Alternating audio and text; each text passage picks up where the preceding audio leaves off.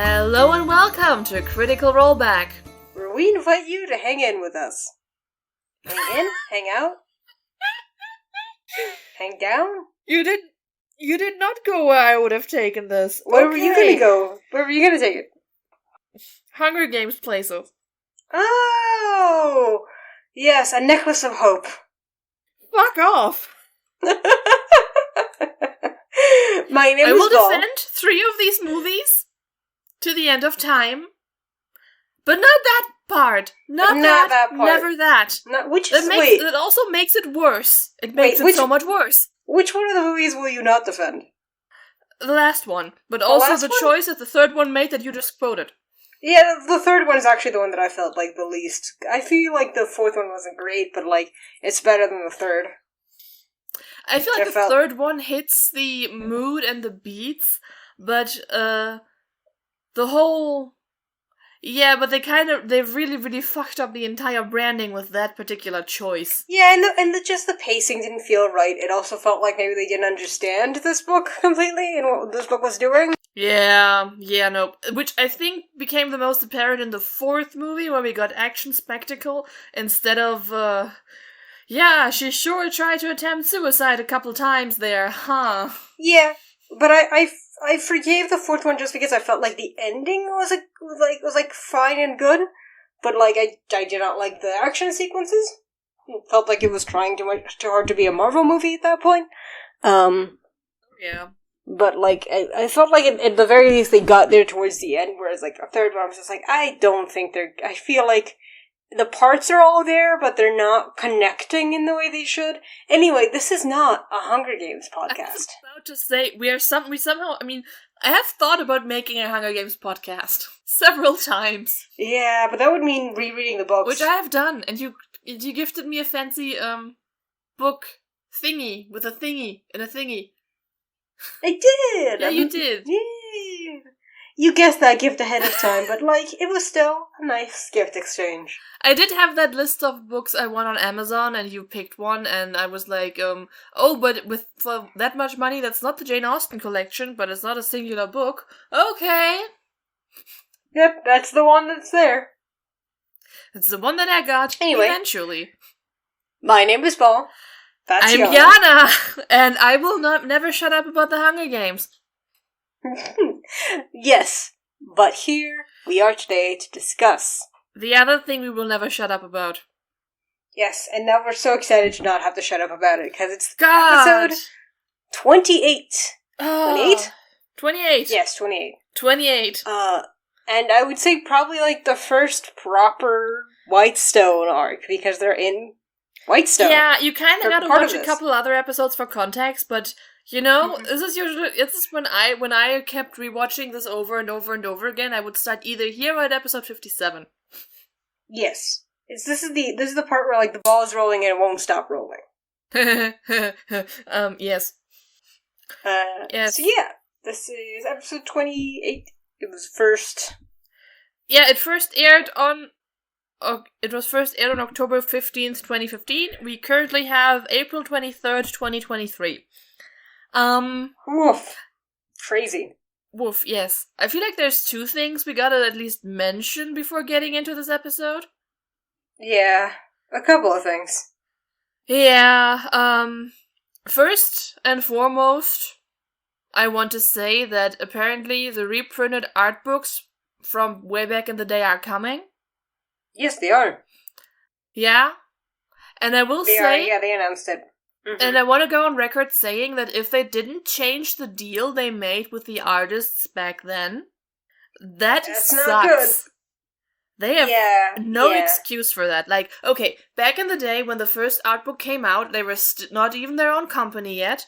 They were still under Geek and Sundry. We didn't know how profitable this entire undertaking could be, so the deal was that artists who participated in the books got their own copies of the books, which were like sizable amount of money, but not in any way, shape, or form fair compensation for the work put in. But it's the deal that was made, and you could kind of understand why. And I also understood it because, like, that's sort of the deal that many, like, short story publishers or magazines will make with a writer, like, hey, we can't pay you, but we can provide you a free copy so you can, like, have a version of your writing. So it's like, it's commonplace, but it is for companies that can't afford to pay. Yeah, and we have left those grounds. Yes, we've definitely left those grounds. Like, you're far, far away. A couple of months ago, I saw someone, an artist who has withdrawn their work from anything Critical Role related anyways, be upset about being sent another NDA, which I think, like, I'm sure this person has more experience with Critical Role's company inner workings than I do, but this just seemed like a clerical error and not like one sure sign of incompetence, though I will say that you do not randomly sign NDAs sent to you. Those have to be part of larger contract negotiations. Yeah, don't sign anything randomly sent to you. Exactly. Make sure you know why it's being sent to you first. Yep. Then think about signing it.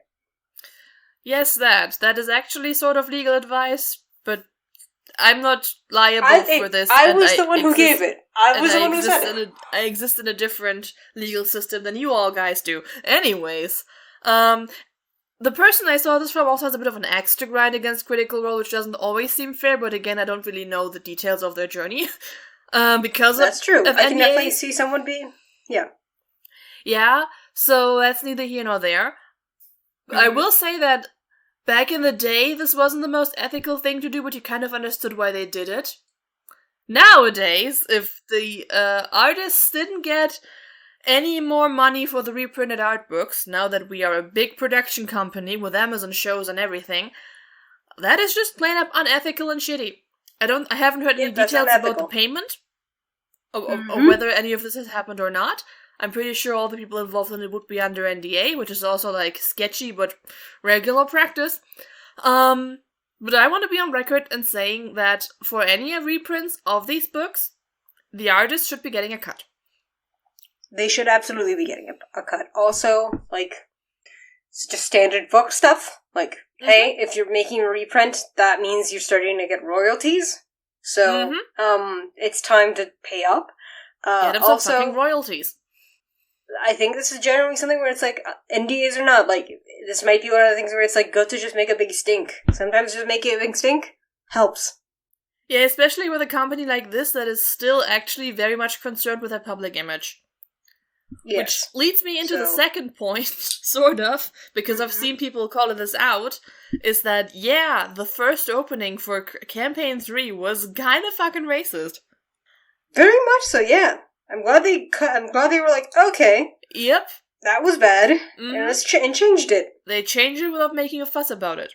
Anyway, so yeah, that was also a bad and sketchy thing that happened. Why do I bring this up? Because, for, like, the last week or so, my Twitter has been, people being mad at Dimension 20 fans, and people being mad at people for being mad at Dimension 20 fans, who may or may not have been mean to Matt. Or about Matt. Why would Dimension fans be mean to Matt or about Matt? Because Matt is going to be DMing a, basically, apparently their equivalent to the, Calamity one-shot, not four-shot that Brennan did for us. He's now going to DM, like, a backstory war sort of thing for them that features vegetable people. And everyone... Didn't Abria already DM, like, a D20 thing? No, Abria is like a regular over there, yeah? So it feels weird. Like, they've already had guest DMs. What? Why is this one different? I think Abria is not a guest DM, Abria is like one of their DMs. She was a guest DM for us. That's fair, yeah. But, like, they've had different No, they are mostly concerned that Matt will, apparently make people straight, which is a thing Matthew Mercer is known to do. What? And mess with their established fan lore. I'm sorry, but, like, that's not his problem if you have fan lore that you made up? I mean, apparently, in previous years, Brennan would actually ask fans if it was okay to incorporate some of their theories, which, you know, if this was a published work, would be complicated. Yes, it would not be good. In fact, it would be very bad. No. It's actually kind of messy. Yeah, in fact, he would have to he would have to go on record saying he has never seen any. Yeah. yeah, it's it can be a complicated issue, and like I understand being attached to your headcanons. So if Matt does something to contradict that, do what we all have been doing since times immemorial and ignore it. Yeah, just like we've ignored every other thing that Matt fucked up. Like, I've seen somebody make the point that, oh, you Critical Role fans don't even have fan lore, and like, X fucking cues you? Yeah! Oh yeah. You will take Percy the Fourth and Madeline from my cold dead hands. Dead hands. Dead hands. You will pry them away from me. You will pry away. You will not be able to. I will hang on to these. I will haunt you from beyond the grave if you take Percy the Fourth from me. Yes. I mean, like, also just like...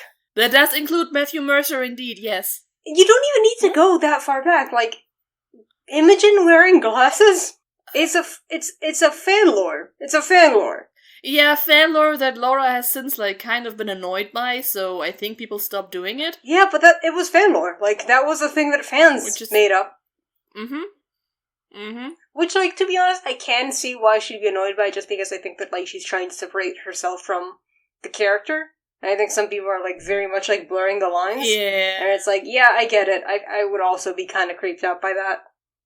Yeah, she has seen her face on the naked bodies of her characters too often before, I suppose. Yeah, and now that she's, like, you know, had a couple of extremely bad experiences with fans, Naughty Dog looking at you. Mm-hmm. I can definitely, and her family and loved ones, I can see that having kind of a bad response, just like, hey, I wear glasses, but don't, blur the line between me and my character. My character's one thing, I'm a different thing.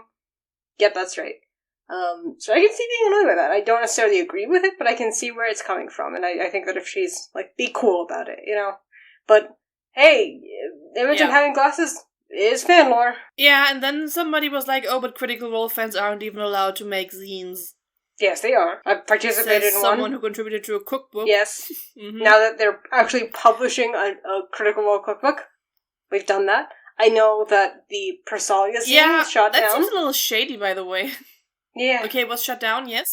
It was shut down a couple years ago, but that was a couple years ago, and I've heard actually rumblings of people being like, hey, maybe we should try it again now that they've changed sort of the reception towards zines, where it seems like they're a lot more lenient of them, especially now that, like, for things that are non-profit. So I think they probably and also, be okay with it now that they're not affiliated with Geek and Sundry. Very possible, and I will say that for-profit zines are kind of... If they are not taken down, they exist in a legal gray zone where they could be taken down. Yeah. No matter what fandom you're in. If your fandom in particular doesn't take it down, that's because they choose not to. They choose to be, like, either they didn't notice. I think the don't notice part is bigger in, like, the bigger fandoms, like the... whatever. But we all should be well aware that the nature of the zine is that it has always been illegal, right? Very much so. Back in the old Wild West of Star Trek. Foremothers didn't pass that shit around under the counters on Star Trek conventions in the 70s just for us to be like, oh, but zines have to be, but our zines are legal. Like, Yeah. I mean, they probably would support that. But if you do something for profit with somebody else's IP, it's not even like Critical Role has that strict of a policy on it, and a policy is only ever as strict as it is being enforced anyways. That's true. Honestly, it's just like, I think I know a lot of D20 fans who are completely normal and fine, but in general, just like... Yeah, absolutely. I'm getting very strong... Absolutely. Adventure Zone flashbacks.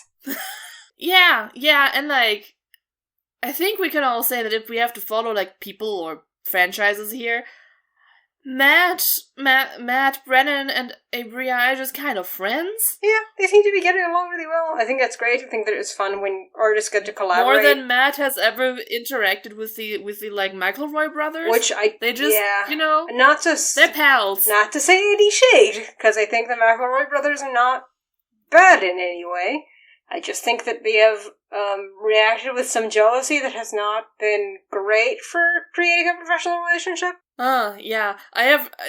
Everything I know about Taz is from people being annoying in the Critical Role tags and from the Sarah Z video, so, Yeah, it's just... they made a couple bad decisions, I think, for fostering, like, a positive relationship, especially because it seems like they've actually had, like, a really positive relationship with other creators, like Abria and Brennan. It just seems like they kind of poisoned the Critical Role a bit. Not a ton, because they have collaborated with them a bit. They sure poisoned our fandom. Yeah. Through no fault of their own. Through no fault of their own, but that their particular fan base one was poisoned our fandom. That's what happened, like, It's a bit like, don't... You're allowed... Creative jealousy is a thing that happens to everyone, but, like, keep it to yourself. Because, like, it's gonna be hard to, like, don't do that. Not that they've done it a lot, it just feels like they did it once, and it was kind of like, oh, guys, don't do that.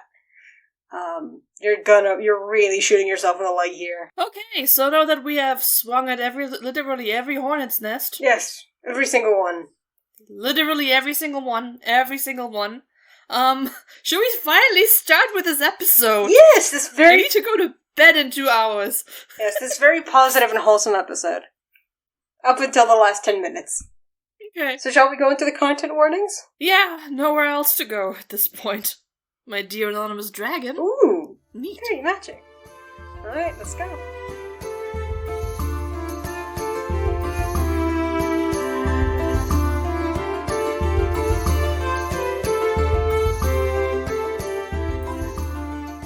Hello there. This is Bal. Welcome to the content and spoiler warnings. Starting off the content warnings for this episode, we have violence, body horror, and oh my god, violence against children. Really bad violence against children. Pretty much the worst violence against children you can do. Additionally, we have some scat, and a little bit of cultural appropriation with some stage lighting again. Additionally, for spoiler warnings, we have a couple of early Campaign 3 spoilers coming for you. But that should be all of it. So, thank you very much for listening in, and I hope you enjoy the rest of the episode. Bye now! Bye!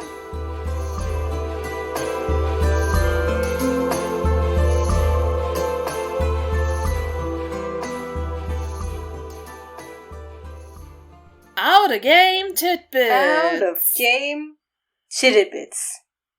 Those two. Oh god. So I just remembered something we have to add to the content warnings. Oh, because Keyleth is lighting some sage again. Ah, fuck. Keyleth! I like her so much. Why does she appropriate so much? Yeah. Yeah, we start off the game literally with Matt and...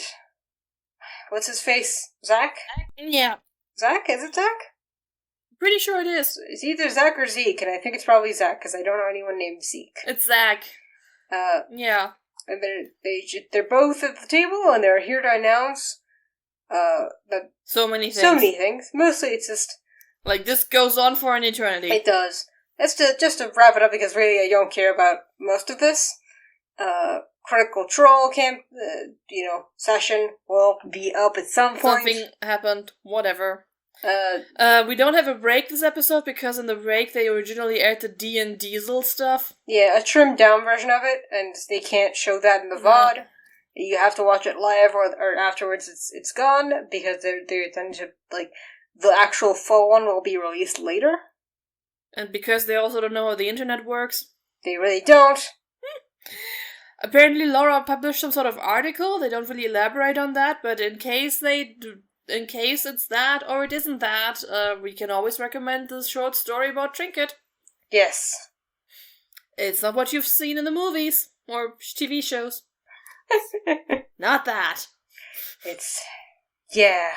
Matt's beard is coming in. Oh yeah, Matt's beard is coming in. Something I noticed. They also talk about it, because they still have the no shave to 10K, which is why I think Taliesin isn't beardy this episode, right? No, he's not. And also Liam isn't. He has to shave. No. Oh, Liam is beardy this episode, but he's going to have to shave. Okay, I understand. Yeah, I think it's only Matt, Liam, and Travis at this point. Which is fine. I think I like how Taliesin looks with a beard, but he doesn't seem to like having a beard. Yeah, neither does Matt these days, huh? No. Which seems fine. It seems scratchy. But this is part is very cute, because Matt's beard is coming in, and Travis has such a crush on him when he has a beard. Yes. It's such a man crush stuff. You're so fortunate that there's a table between us, you handsome devil. I don't know what he says, but like, you handsome beast. I have this quoted somewhere elsewhere. A sexy amount of facial hair, you beast. Be let as a table between you and I. Yeah. That's the exact quote. Wrote it down in the notes. Yes, it's great. Because, we love dudes aggressively hitting on other dudes. Yes. In a straight way. In a very straight way, but it's just... Woof. The thing about Travis Willingham is that he cannot play a character who's attracted to men, apparently, but he can in real life. I don't know how that works, but go ahead. None of our business. None of our business. Yeah, Geek and Sundry has by now put anything and everything they ever could think to announce on Critical Role. This is now the show they're all in on. Yep. Announcing. Like, this is probably when they also start building us a set. Like, these are the last couple of episodes without a set. Yeah, which is gonna be... Just for us. Wow, because, like, this is the Briarwoods campaign. It just feels like the actual thing is, like, solidifying and crystallizing right before our eyes. Which is like, oh, this is something. The optics are still amateur hour. Yeah, it is. So it's like, you We're have this, still like... in someone's bedroom. It's this weird, like, dissonance. It's like watching somebody, like, ride a bike, weirdly enough, but, like, being like, oh, they're doing it. They're doing it. They're, like, gaining momentum. They're wobbling a little bit, but they're getting it. They're doing it. What's with this background decoration? Yeah. So, like, the thing is, like, it feels like you look at it and, like, the audio is a little patchy still. Like, there's a couple of well, this will be in the next couple episodes, but there'll just be moments where, like, yeah, the audio cut off and we don't have any record of this. But, like... This episode randomly has 2 parts. Yeah. Don't ask, we were figuring it out. But, like, as of the actual content, you can see that they're like, oh, cash in on this. Like, this is something. And, like, Again, this is literally the arc that got us our own set. Yes. Back during the Geek and Sundry days. Like, honestly, every single ad I've seen so far in the previous episodes had everything on Geek and Sundry happen in this one room. Yeah, you'd think that they just have, like, that they're just doing this show out of, like, someone's bedroom, like, someone's apartment, and they're just like, but we have one... It is a studio! Yep. We know that is a studio. We have the hole in the wall to show us. Yeah, but based on the amount of stuff that's literally just, like, wipe the table... do a different table, but it's literally just the same room. And it just feels like they have, like, a very limited space, and they don't. Here we do Critical Role, we do dance parties, Q&As, craft sessions, and play video games. Yeah, my theory about this is just the one room. My theory isn't that they have, like, a limited space, it's that they have a limited amount of technology. So rather than, like... absolutely. That's not a theory, that's actually true. At this point, they were still getting equipment bought by fans from an eBay wishlist. Yeah, not so Amazon wishlist, not eBay. I figure everything's probably in one room, not because, like, they don't have more rooms, but because it's a pain to move things around from room to room, so they just have, like, one set ready to go. Yeah, and come the following year, they have an entire new set for Critical Role, and then Critical Role brings them in the money to actually do more ambitious shows. This is the house that Critical Role built. It sure is. It is impressive that the house is still standing after Critical Role left, though. Yeah, it's definitely a much... I mean, to be fair, they're also running ads every 15 minutes on the old Critical Role VOD, so maybe it is just exactly us two keeping the lights on. Yeah, apparently.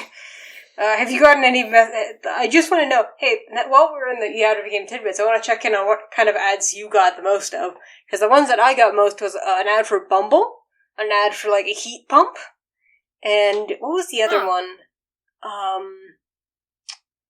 Probably Fry's. I think it was like a Fry's grocery store thing. Yeah, what I didn't get were ill-timed travel ads for Jerusalem, or anything in Hungary during Pride Month, or Egypt, or Qatar. Like, all places I'm reluctant to visit for one reason or another. Yeah, this is... No, what I got was, I got one ad for the Cannibal Girl soccer show that I'm watching anyways, with the bad German dub.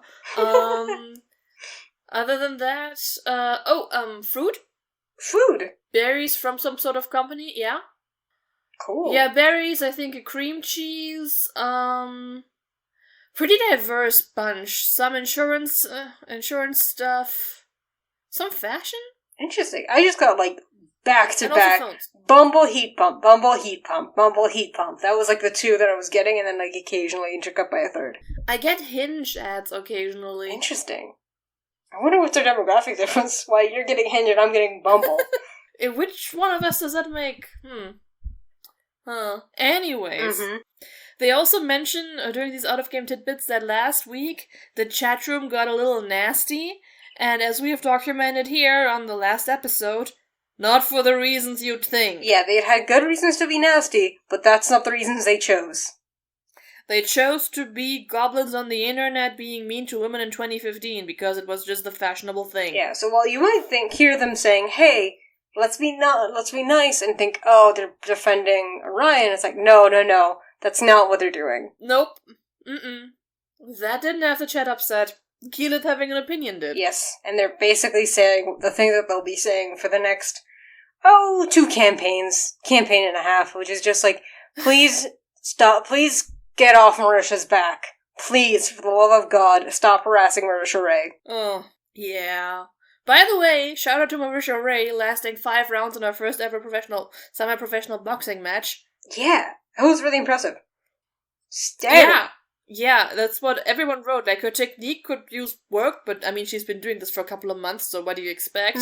But she lasted 5 rounds. Yeah. And lost by points. Yeah, which is, like, I've seen people before them being like, God, I hope, just like, people are not saying, like, I hope Marisha wins. They were saying, I hope Marisha doesn't get knocked out immediately.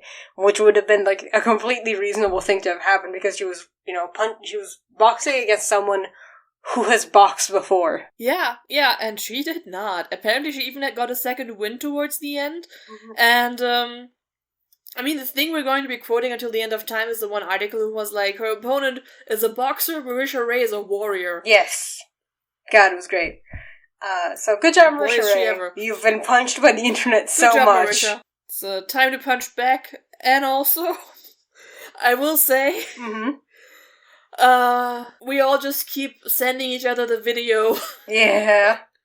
It's like the one time when Marisha was posing in underwear on her Instagram and everyone was just pushing that around too. Like, have you seen this? Have you seen this? Have you seen this? Yeah, I've seen it. I would like to see it again, though. Yeah, you're the 5th person to send me this, and I think we're in, like... Are we in some sort of, thirst trap pushing ring? Maybe. I think we're, like, in a Skinner box, like, when, like, rats get trained to, like, hit, like, a button that gives them a treat, so they just hit the button, like, 10,000 times a minute. Just in a serotonin loop. That too. Yeah. Anyway, back to the out-of-game tidbits. Sam will be here shortly. Will be here shortly. Orion will not. Ever again, but they don't know that yet. Ever again. We're not there yet, but, I have a theory I'm going to get into in a bit. But for the meantime, Liam is wearing a hat. Yeah, Liam is wearing this hat, and he has the beard, and he looks just like an extra on Peaky Blinders. He does. He also talks like an extra on Peaky Blinders this episode. I think the hat is getting to him. Trinket has armor. I think he had that last episode, I just forgot. He did, but he looks cute. Apparently they threw cookies into an audience. Yeah, they had this convention, like the New York convention, I think, and they mentioned throwing cookies at people and hitting them in the face. Just like Rocky And Horror. also overrunning a comic shop and traumatizing an Uber driver. And yeah, there's a lot of announcements. The announcements are so long that Sam actually arrives during the announcements. Yeah. We find out that apparently he and Matt had sex in Minecraft Story Mode, and I do not care to fact check any of that. I really don't care about Minecraft Story Mode. It sounds like a Telltale thing. Whatever. You don't care about Minecraft? I don't care about Minecraft sex. Good for them. Good for them. I will not be chucking this. I actually put my pet theory here. Okay. So, after we're done with all the announcements and stuff and everyone's there, they actually do run the usual opening sequence. Yes, they do. Which they stopped doing during the Briarwoods arc when it becomes apparent that Orion is gone for good. Yeah. So this feels like I think they're trying to test the waters here. He isn't off the show yet. They're just trying to see if the show is better without him. He's just gone to a farm state. And the answer to that is a very loudly resounding fuck yes. Yeah. Yes, it is. It's just, hey, Dad's gonna go live in a hotel room across the street for a little bit just to see how it is. And it's like, oh yeah, Dad's not coming back. Oh, my parents divorced. Yeah. And it's not even, my dad was just gone, and a week later the people at my school asked my mom what happened because I was a way happier child all of a sudden. Oh, it's a miracle how that happens. So yeah, and we'll talk about how a cloud has certainly left it over these people. Yeah. Yeah, yeah. Mm-hmm. The cloud is lifted. It's time to get to what makes this good. Speaking of where we're at and being above certain things, where are we? Well, we are, as stated before, over the fucking hill. Yep. Literally, we're on some mountains. That too. We're also in some mountains and some sort of valley, going to Whitestone for some vampire hunting, which was also something very much in fashion in 2015. Yes. Bridges were burned, posts are abandoned, and an entire economic system robbed of mirrors before the party did not flee. For legal reasons. For legal reasons, they did not flee. Yep, they did not flee. They left a note. They left a note. They just went on a jaunty little walk upstate. Yes. We actually ended last episode right as we were going into combat, so we start in the first, basically, third, I want to say, of this episode is just combat. Yeah, the combat is weirdly long, but only like 3 rounds. Yeah, it's just, I think, a lot of actions, but not necessarily, like, the only thing that I really paid attention to here was, I'm gonna be honest, was Percy's gun misfirings. Yeah, I actually, this is when my attention span held, and that's why we have very detailed notes on the fight. Walk us through it, then. Yeah, this is also, by the way, the first historical time they actually rolled for hit points on the stream. But only because Travis forgot to level up before the episode. On a technicality. Yeah. Yeah, here's the thing. The reason why I paid so much attention to this combat is not because of the combat, but because of the mood. Everyone is just so giddy and in a bantering mood, and they just have so much fun the entire time, and it, as mean as it sort of feels to say, but it's just non-stop jokes between each other. They're just having the most fun. It's also very clear that certain characters, or certain people at the table, I guess, have a lot more room to breathe when they're not being interrupted. This namely mostly being Matt, but also Percy, weirdly. Just gets a lot more room to breathe. Matt gets to, actually, describe things to a much greater extent without somebody interrupting with things constantly. Travis gets to have fun. Travis gets to have fun and punch up here until he turns into jam. Yeah. So, we kind of start with, I think Percy gets 2 shots off and a misfire. And then the Behir just takes down Trinket. Yeah, poor Trinket. Yep, Trinket does not have the 66 hit points to take this, which, because Ranger pets scale horribly, and also, Matthew, could you have, looked at that beforehand, maybe? No. No, he cannot. And no, he will not. I will also say they decorated the set they have for Halloween a little bit, so there's weird red lights behind everyone, some spider webs in the top corners, and also just a skeleton chilling behind Liam the entire time. Yeah, just standing there. He just has a little friend. Is this heavy-handed foreshadowing, a morbid joke? What is going on? I will say all of this does contribute to an illusion that it's a different set. It's not. It's the same set, but it's enough of a distraction. Mate, is this a different room? It's not. But it is absolutely not. It's just a skeleton chilling. Yeah, don't worry about him. He's just here. He just likes to watch. Yeah. Mm-hmm. Yeah. So Trinket is down. Laura starts yelling. Trinket's fucking dead, yo, is the exact quote, followed by Travis going, "Don't throw around the D word unless it's the D word time."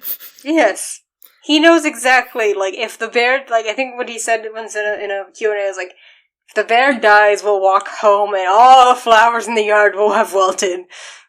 Like, there will be no happiness in the world. Yeah, like, they're all having fun and they're giddy, and then there's just Laura glaring at Matt. Mm-hmm. So, no. It's her bear. Immediately rolling a 30 to hit Hail of Thorns on both Grog and the Behir. Yes. Which, yeah, Grog's fine with. Next up in the combat after Vex is Keyleth, who, you know... I want to point another thing out, like, because during her combat round, Trinket is down, and Laura is like, "Can I pull him to safety?" And, like, Vex has 7 strength. It's like a half-ton grizzly bear. I'm not that good at math or bears, but something tells me that you cannot pull an unconscious bear to safety like that. Yeah. Yeah, you can't. I got sent, like, a video by... Hi, Lily. Sent a video of, like, a gymnast doing tricks and things, Hi, Lily. and... Hi, Lily. Past guest Lily, and listener Lily, sent me a video of, like, a gymnast doing stuff, then being followed by bodybuilder, and then a strongman, and just, like, It's so visible that the strongman just cannot do certain things because, like, the momentum of his movements are so heavy. And the range of movement is just so limited. It's not even the range of movement necessarily. Like, the range of movement is limited, but, like, it literally is just, like, jumping and turning in place while jumping is just, like, not just because, like, the momentum of that movement will just throw him off balance and he'll land on the floor. Just, like, everything just has so much weight behind it that you're like, oh yeah, you literally cannot. So that's what I think about a lot in terms of just how the weight of things makes everything a lot more difficult. You cannot carry the bear. No, you cannot. Yet. One day. Yet. But not today. Mm-hmm. Not today. Strategically, there's no difference between a level 1 and a level 2 cure wounds, but Keyleth does her best. Keyleth is good to doing a level 2 cure wounds. Like, I've said this before, I'll say it again. Healing in D&D sucks. It sucks, but it's fun. Yeah, it sucks, but it's also fun. But also, like, just strategically speaking, it doesn't really matter whether Trinket has 1 hit point or 25 hit points. If 66 points of lightning damage hit him again, he's going to be just as unconscious. Yes. I agree. And he's just going to be as up on 1 hit point as he is on 25 hit points. And he hits just as hard on 1 hit point as he does with 25 hit points. So fundamentally, there's no difference. Which is why technically paladins are the most efficient healers, because if only lay on hands was a bonus action. Yes, but then it would be completely broken. Yeah, but then you could just stand there and poke people for 1 hit point and they would go up again. And it's the most efficient, and you can do this 50 times at level 10. Would be great, but that would just entirely break the game, I think. Yes, it would. And people are already saying that healing word is too overpowered for similar reasons. It is not. It is so not. Mask your wounds a little bit, but still not. Maybe. Mass heal. Broken. Sure, mass heal also gives you back an amount of hit points that actually leaves you standing for more than a round. Usually. Yes, mass heal is disgusting. The amount of points that if you know how to strategize mass heal is just, like, you can give your party a truly, despicable amount of healing. But it is a very high-level spell, so... Yeah, shout out to the final Vecna fight, where they finally did heal in a way that didn't make me scream. Yes, but yeah, Keyleth has had her character arc, she's talked to the Fire Shari, she cracks her little fire hands, and becomes an Ed Hardy tattoo. She does. And also the stripes on her Minxie hoodie match the stripes on her shirt. I really like her shirt. I want her shirt. Yes. Stripes matching stripes. Yeah, like... Hell yeah, I'm an Ed Hardy tattoo. It's been 6 episodes since we talked about this, but remember when, like, she had this arc during the Fire Shari episode and kind of discovered that, her survival is kind of important? but then still got this gift at the end of the episode and was like, oh, but maybe we should give this to Trinket, or who wants this, or what do we do with it? And it's like, girl! Babe, what did we learn? Babe. This is why therapy is important, because sometimes you'll learn a lesson and you're like, I've learned it, it's good. And you're like, no, and the truth is, no, you didn't. You just said a lesson. You need to actually do it. Yeah, it's funny.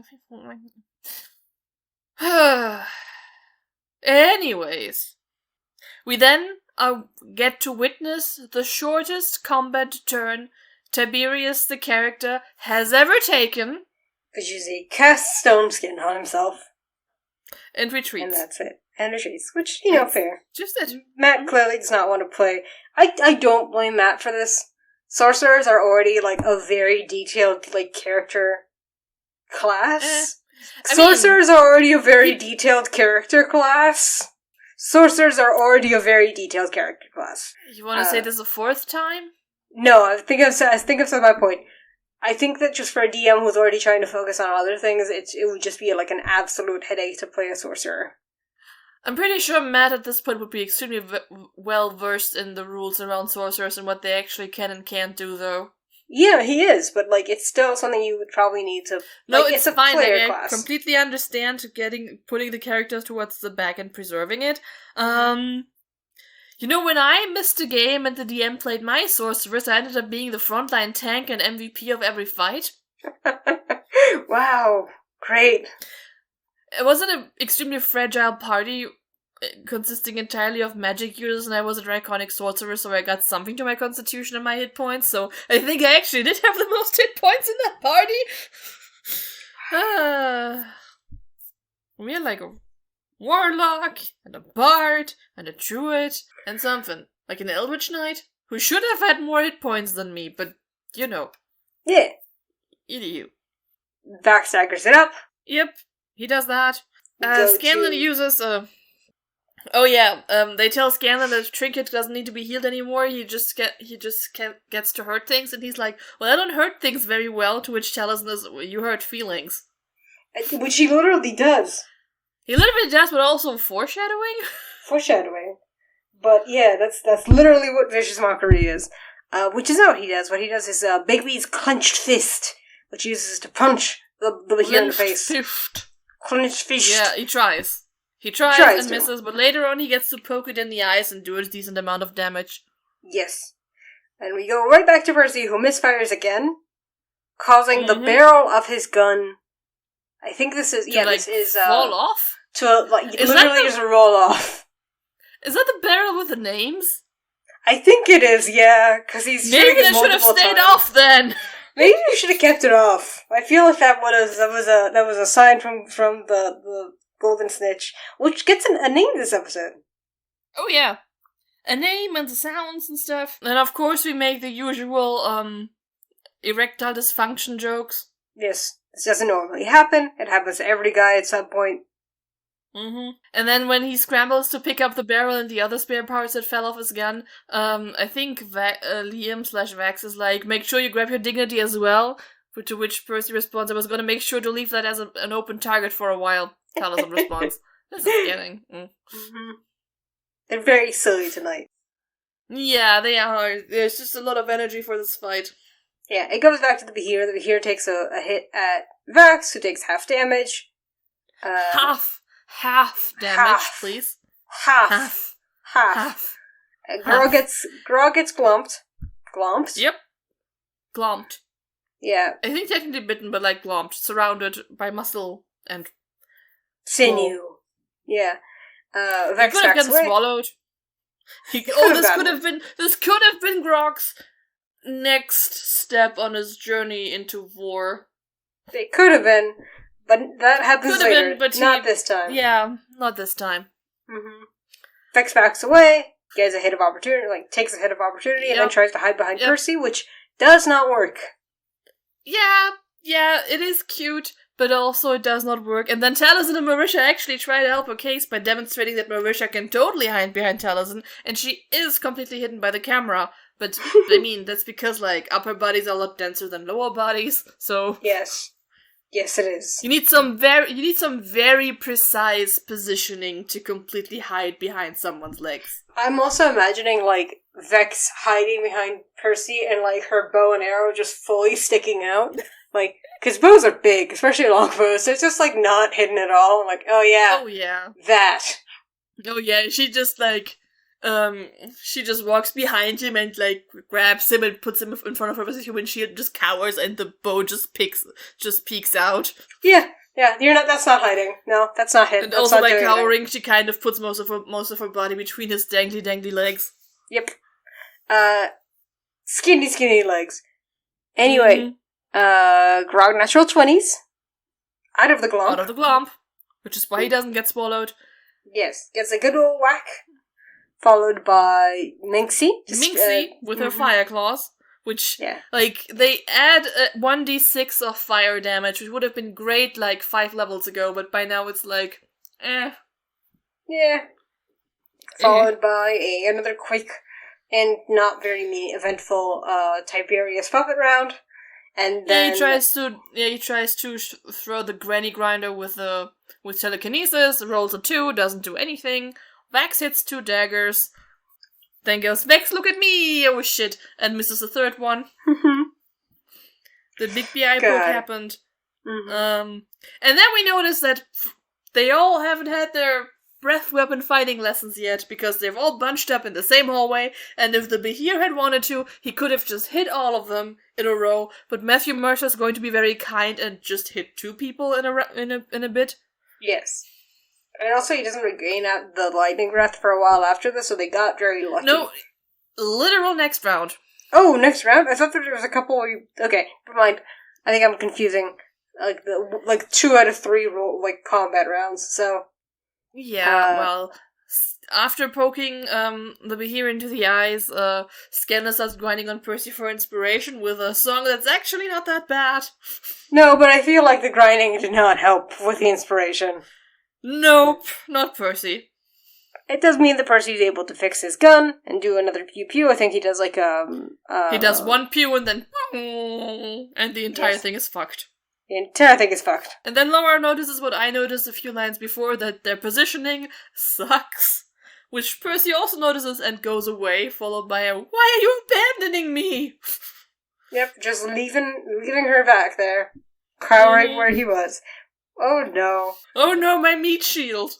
I can't believe this counts as a Versailles scene. Does it? Are we going to count this? We might. I don't know. Let's get to the end and then we'll decide. There was a Grey's Anatomy episode where, like, a young engaged couple, she got shot because he hid behind her. And it was like, it was a reflex. I won't do it again. And then, like, at the end of the episode, someone shoots someone at the hospital because it's Grey's Anatomy, and he just cowers behind her again. And she dumps it on the spot. My coworker sent me this video of, like, I think this is, like, 3 kids who are, like, in their house and like, I don't know exactly what country this is, but, like, a big monitor lizard, like, bursts into the room. What? And just starts, like, just like a giant lizard, and, like, the children are, like, a teenager, a small, like, a young girl, and, like, a baby, like a year-old baby. How big is the lizard? Is the lizard big enough to eat the baby? Very much so, yes. What? And the 2 children just run away, and they leave the baby, and even the monitor lizard is like, that was cold, and, like, leaves. I think it's more freaked out than anything, so it like, just kind of runs around for a while and then leaves. But, like, if the siblings just leave the baby behind, and it's like, oh boy, that reflex was bad, huh?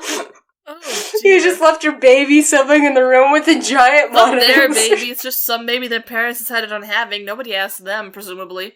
Nobody asked them. Yeah, but it was very funny. It's just, like, even the monitor lizard is like, oh, that was pretty cold. Gotta leave now, I think. Anyway, child endangerment. God, add that to the... No, we already have child violence up there. It's fine. Yes. Okay. Yeah. The attack hits 2, meaning Minxie's out. Back to Keyleth. She takes a very small amount of damage in her healer shape, but still takes some. Laura proceeds to banish a die. Yeah, and I think Taliesin gets up and gets her a new one from, like, the back shelves. Which is probably also one of her dice. I imagine this is probably the time. Yeah, she just has a shelf there. She doesn't fully have a dice bag yet. But it's just, here you go, next one. Yep, light them up. And then it's Grog's turn. Again, I think this was 3 rounds of combat, and Grog makes jelly. He makes jelly, just punches and punches and punches and punches. It doesn't... And at this point, they kind of remember, like, oh, there's valuable things in the Behir. Oh, no. Also, Taliesin, like, puts up a very cute protest that, how can Grog take down the Behir when Matt has never said the Behir looks rough? Yeah, it's very cute. Point of order! Point of order! He was waiting for it. It looks rough, and now it's down. But then they salvage a little bit. They start to salvage what's left of the Behir while Vex and her 7th strength goes to climb into a cave. Or I guess to look for a cave. She thought the Behir had come out of a cave, but then, like, it turns out not really to be the case. It's just sort of came out of the wall, and like how lizards do.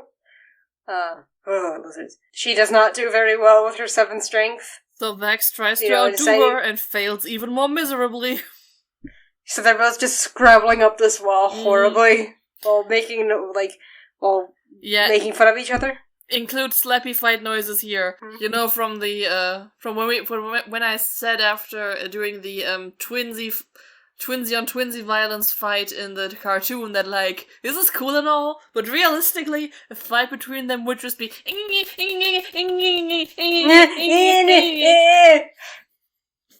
ow, my hair, oh, no, fair. Not the face! Don't poke my eye out. Yeah, it's just very feeble and not very strength-based. Yeah.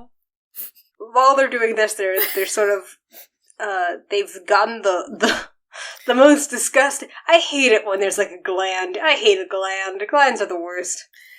At this point, Keyleth also asks to see Vex's dagger.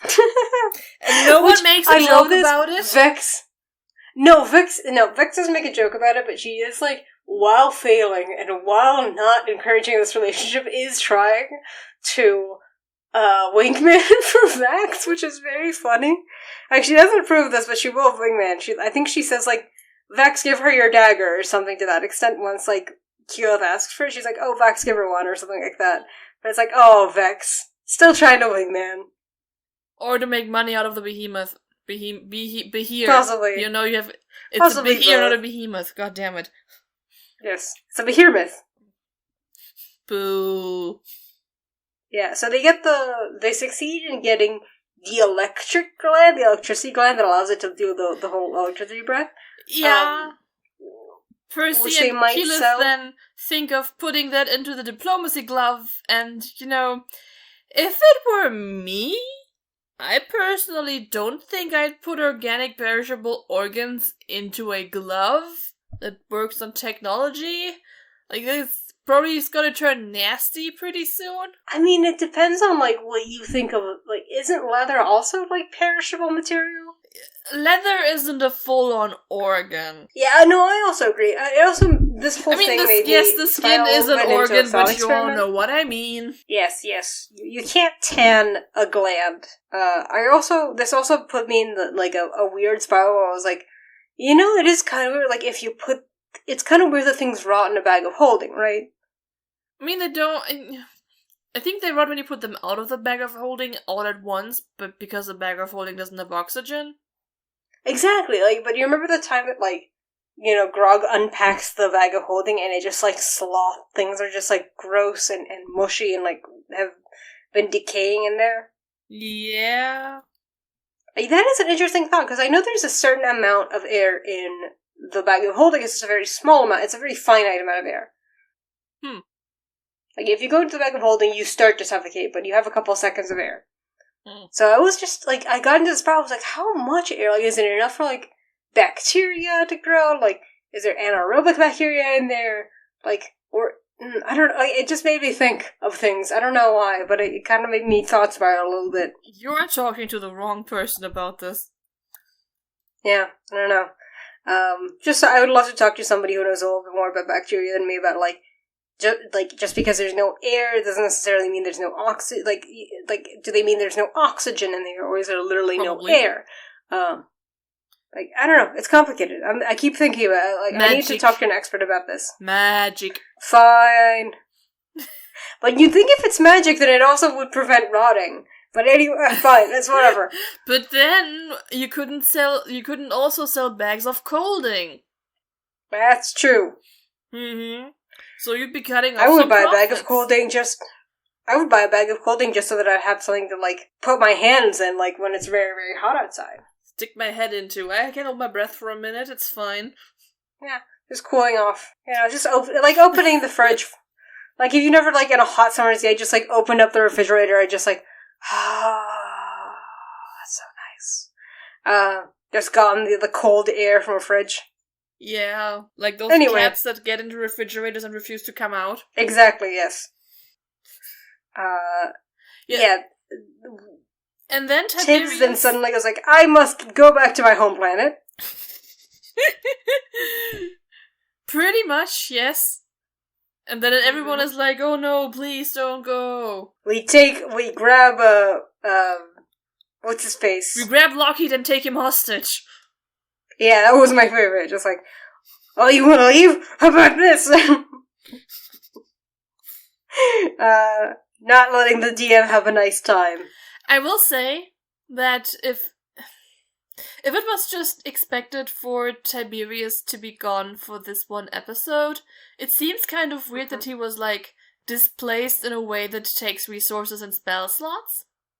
That's true, but it was also not an impossible thing for him to come back, because he basically just said, I need more material, and then, like, left. Yeah. He could have teleported back, or maybe they could have... Do you think if Orion had returned next episode, Matt would have granted him 35 more mirrors? Maybe, who knows? Yeah, but, like, this is a very...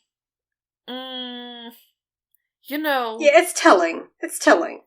Yeah, like, before this fight, I was like, maybe they're still testing the waters, but after this fight... maybe Matt I don't necessarily think...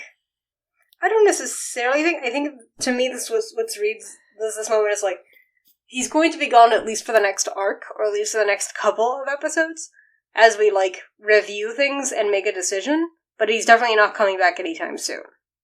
Yeah, this seems a lot more permanent than they made it sound at the beginning of the episode. Yeah, that's how it felt like to me. It's just not entirely 100% permanent, but also just, like, a sense that it is more permanent than they made it look. Yeah. But okay, and then the highlight of this episode is probably they all see like a weird outcropping of the rock and get to roll history checks, and Grog rolls a 20. He does!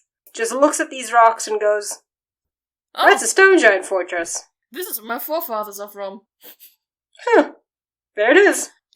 Yeah, which made me think of something that I always think about in places where the wilderness is just as dangerous and as full of deadly creatures as in, like, a D&D setting. Like, how do these stone giants live this close to civilization? Do they just... Good question. How do they not attack Whitestone all the time? How are people allowed to go into these woods without dying? I mean, it is worth mentioning that this stone giant fortress is extremely abandoned. Yeah, but that is a recent-ish development. And also was done by high-level spellcasters moving into town. Yeah. And even with that, they let them just, like, exist there for a couple of years and only recruited them to their security detail, like, a few months ago. Sometimes I think about that, but then I also think about how, like, tigers will, like, memorize the paths that humans take and be like, alright, I'm gonna take this path when the human doesn't take it, because they take it at this hour. Like, I think that, not to apply outside reasoning to this very fantasy problem, but sometimes, like, I bet that this could happen. Like, they could coexist in a way that's, like, probably not as wilderness as it is right now, because, you know... Whitestone is currently a very insular place. But you defeat a tiger with a gun. Or a sword, I guess. But a gun. No. Not unless something goes very wrong. No, you shouldn't. But you could. Like, we are way more equipped to deal with tigers, in general, if we're prepared, than, you know, your average village would be to deal with something that just deals 66 points of lightning damage. That's true. Which didn't kill Trinket, but could absolutely kill its level 1 character / commoner. Could kill a small class of high schoolers, yes. Yeah. I don't know. It's a good question. World building. Like, no, this isn't even to throw shade at Matthew or anyone. This is more like, this is a problem that exists in the entire genre, basically. Yeah, no, I agree. It's just strange. I don't really know how to answer that. I don't have a solution for it. It's not even a problem, it's just something that makes me wonder, like, how does this work? It just, it makes your noggin jog. Just, something's going on there, and I don't know quite how to connect. I can't really reconcile this in my brain.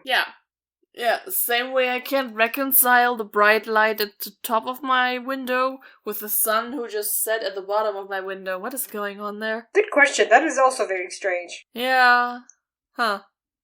Well... aliens, I guess. If I get beamed out of this, it's going to be live on this recording. Oh, that you then won't have access to because I need to send it to you first. Whoops. But at least you'll know where I've gone. Oopsie. Yay! Or that I've gone. Lost, yay. Okay, anyways, so Matthew then does another hate crime against bears because Trinket should have been fine, just as fine as everyone else climbing up that mountain. Yes, probably even more fine. He's a bear. Yeah, like Matthew constantly tries to insinuate that Trinket can't do anything, but climbing is something he actually should be able to do. Yeah, they run into this later on in this episode where they all are like climbing trees. And he's like, Trinket has a hard time. It's like, and both Laura and Towson are like, bears climb trees all the time, Matthew. Yeah. Matthew. But also, I instantly forgive him because he also forces in a moment of Groglith. Yes, he does. Groglith is so real. I love a good Groglith. Groglith's so real. It's cute. Like, Keyleth slips and Grog catches her and pulls her up. And it's cute. He's nice. He's cute. Yeah. Yes. I would also say that once they start investigating the Stone Giant Fortress, Grog / Travis just immediately calls Undead Giants. Yep. Immediately. I love the moments in which, like, I don't even know if to say if, like, Grog calls it or Travis calls it, but, like, moments where, like, it genuinely does make sense for Grog to know this. This is not, like, an intelligence-based thing. This is just putting the pieces that he understands together to be like, hey, I'm gonna make an assumption. Hey, this is a stone giant fortress. I know giants. There's an undead, like, person walking around. Undead giants. Safe to understand. And it's like, yeah, that makes sense. Yeah, that's a reasonable inference here. Yep. He saw 1 and 2 and did 3. Mm-hmm. And the 1 and the 2. And the 1 and the 2 and a pop. So the house is broken into and everyone's gone. Yeah, like Keyleth, they do the smart thing and Keyleth just flies in there as a bat first. Mm-hmm. She is the knight. Yes. And that's a very reasonable eyesight. Yeah, yep, Talos is very insistent on that. And these stone giants just had, like, a really nice place with furniture and stuff, and they even have, like, an accessibility ramp downstairs. Yeah, sounds like they had a nice little, like, shared, like, an intentional community. They genuinely seem to have, like, not bothered anyone up there. This term, intentional community, where does that come from? I think it's, like, coming mostly from, like, poor New Yorkers who are just like, well, we can fit, like, 40 people into the 3-person apartment. We just call it an intentional community. Okay, because this is how the cult leader on the Cannibal Girl show describes her cult. And it's the first time I've heard the term. I think it's what people refer to as, like, a community that's, like, intentionally built rather than coming together organically. And I don't know how it applies to 40 people in a 3-bedroom apartment in New York. I think that's just sort of the way that like, people will often say, like, oh, this is an intentional community, as in to say... Oh, that sounds like... we need... Mm-hmm. This sounds like a roommate ad now. Yeah. It's very much like a, hey, we're not just living together because we can't afford rent on our own. No, we are actually a community. This is a community. This is a found family. Keine Zweckwigi. What does that mean? What we just said, basically. It's just what you put into, like, when you look for roommates, it's what everyone would put into their ad, saying that, oh no, we don't just We aren't just roommates because nobody can afford rent in this town. We actually like each other and hang out together all the time. We don't just live here together to be able to afford this. And fuck off. Fuck off. We're all just living together like this because we can't afford living on our own. Yes. And you can get along with your roommates perfectly well. If that wasn't the case, you'd be living with friends. Yes. If it were different, you wouldn't have to put this as an advertisement on an online page and then get 100 people asking about the room. Yes, you would just ask your friends to live with you free. Anyway. Yeah. Back to the episode. Anyway. I have a long way to go. Back to the crime scene investigation. Yes. So they go into the nice little international community. Sam makes fun of Sigil. Yep. Matt starts rolling at them and everyone immediately sells Sam out. We turn on him! Sacrifice the gnome! Get him out now! Throw him at the mountain! But what Scanlan immediately redeems himself by finding a very nice longbow that Vex is immediately in love with. She's so cute about this longbow. At some point, you'll see she's just literally giggling about the longbow, and they're like, she's just having a nice time. Just let her have this. I mean, they've earlier established when talking about the Dragon Slayer longsword, I guess, that you attune to a weapon by taking it out on a date. And she takes this showed a good time. Bow out on a date. She buys it a steak. Yeah, she gets the card that has a detail on it, and so she's just like, oh, I have a food, yeah. And it's like, just let her have this. She's excited. She loves this bow so much that even when she gets Fenthras, she's like, can I attune to both of them? But I like this bow. And they're like, no, you have to choose one. But I like this one. Oh, it's favorite child. Oh. Yeah. Mm-hmm. I don't want a new that she does have to abandon after all, but... Yeah. Oh, look at all these murder. Look at all these chickens. Hey, come on. It's a little more clever than that. Yeah. Well, they all investigate the murder scenes. Some crows show up. But, yeah, so they try to figure out what happened here. What happened here is that giants gone, blood on floor, several months of dust. What? And then suddenly crows circle them and look at Grog, who waves at them or something. And they figure out, oh, maybe these crows are spying on us. And then Kenneth tries to sleet storm them out of the sky and hit some of them, but not all most of them disperse. Some of them hit the ground, then fly back up and leave. One hits the ground on the porch where they can reach it, and they were going to investigate it, but Grog got there first. Grog needed an after-battle snack. Yes. Rum. Using his brain for a net 20 hurt. Yes. And he now requires sustenance. And it's very much just like when a dog has a thing that they're not supposed to have.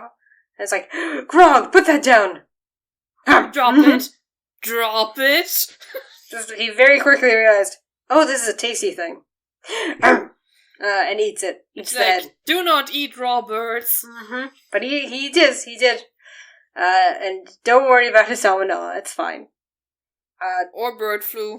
Taliesin does his creepy crow noises that drive me. I don't know how he does them. Okay. There's something so deep about them. My theory is that, 15-year-old Taliesin decided he is a goth now. What is the most goth thing to do? And then he just spent weeks and weeks in his bedroom trying to get the crow sound just right. I know. That is my theory on this. But he shouldn't, even this kind of training should not be able to get you this. It just doesn't sound at that. Physically right. It's not just that he does the noise right. He has this, weird, depth to his voice. He does, a weird, Yeah, he has the, is this called a timbre? Yeah. Kind of vibration in his voice when he does it? Yeah. I can see him literally doing the sound and just, doing the sound perfectly. But even that would sound wrong. It's just, he has this sort of, this crowness that it's no, it just sounds like he's playing a crow MP3. It sounds like he opened his mouth and played an MP3 noise. It's very scary. And he can do this over and over and over again. He doesn't do here, but later on. And he modulates it. He gets different tones out of it, so it's not, it's different. It's different every time he does it, but it's just it's just, you watch him open his mouth and the perfect sound comes out and you're that looks Like it looks like it's edited. It looks like demonic possession. Yes. Which is probably exactly why he does it so much. Probably, yes. There's not many, but there's definitely a compilation on YouTube, and you can watch him kind of, like, smile as he gets his, like, oh, I'm gonna be able to use my Crow voice. He loves to pull it out. It's a fun party trick. Sure is. Apparently he's been paid very well for it. Good for him. Mm-hmm. Yeah, so this is also where we would go on break, but the break was cut because we are not allowed to see Vin Diesel. Yes. We're not allowed to. We don't have permission. So there's no break. It's just, we go on break, and here we are. This is not even, like, they couldn't even cut in some ads here or anything. It's very abrupt. Very discombobulated. Yes, it's very discombobulating. It's like starting an episode without an intro. So let's begin. It's very strange. But let's begin. So last episode, what? No! Yeah, no. I need people in costumes doing things. I need music. I need cheesy stances and poses. I need to hit the right arrow key on my keyboard 3 times and to get mentally ready for this. Yes. But anyway, they skip right through it, and we're back to the episode. Just no break in there. Nope. This is where my notes get sparser. Yeah. So basically, the rest of this episode is just sort of them approach after a night of rest in the. Well, no, they don't rest there. They actually just continue marching on, if I remember correctly. Yeah, they march on and then climb up some trees where they sleep. Yes, exactly. And stealth. Yeah. So they approach and Whitestone. Are somehow not discovered by a local hunter. Yeah. So they basically just sort of approach, and they don't quite make it into Whitestone City proper, but they sort of, has a moment in which they're basically discussing, like, how do they want to do this, really? Do they, there's this graveyard, that is, there's no catacombs or anything that they can work their way through. This is all an above-ground graveyard. Matt talks about how, he basically explains to Taliesin, who explains to the party that there is one way into Castle Whitestone, which is basically an emergency escape route that Percy and, Cassandra, I almost said Vesper. Percy and Cassandra took, but that is an escape route into the castle, not into the city. So really their best option is just to send in some recon. Yeah, that's what they do here. Like, it takes a lot of talking, and I'm not entirely sure it works out fine, so saying afterwards this is maybe not the best option defeats the purpose, but they send in Keyleth as an eagle and Scanlan invisibly riding on her. Both of them invisible, actually. Is a gamble right there. Yeah, they're both invisible. But it is a gamble. Yeah, it is. But this is one of the few times Scanlan scouting around invisibly actually goes well. Yep. He doesn't do anything, so he doesn't break invisibility. It seems like Matt is being merciful. He doesn't have him roll for stealth. The only time he really has to roll is, very fairly when he's climbing down from Keyleth. He has to roll to, scale down from a brick wall to look around. But they spot some very important things, which is there are 6 undead giants. 1 point for Travis. Detail. Patrolling all over the city. There's the big sentry, which is mostly dead and seems to have bodies hanging from it. And it just seems to be this whole town is just not a happy place.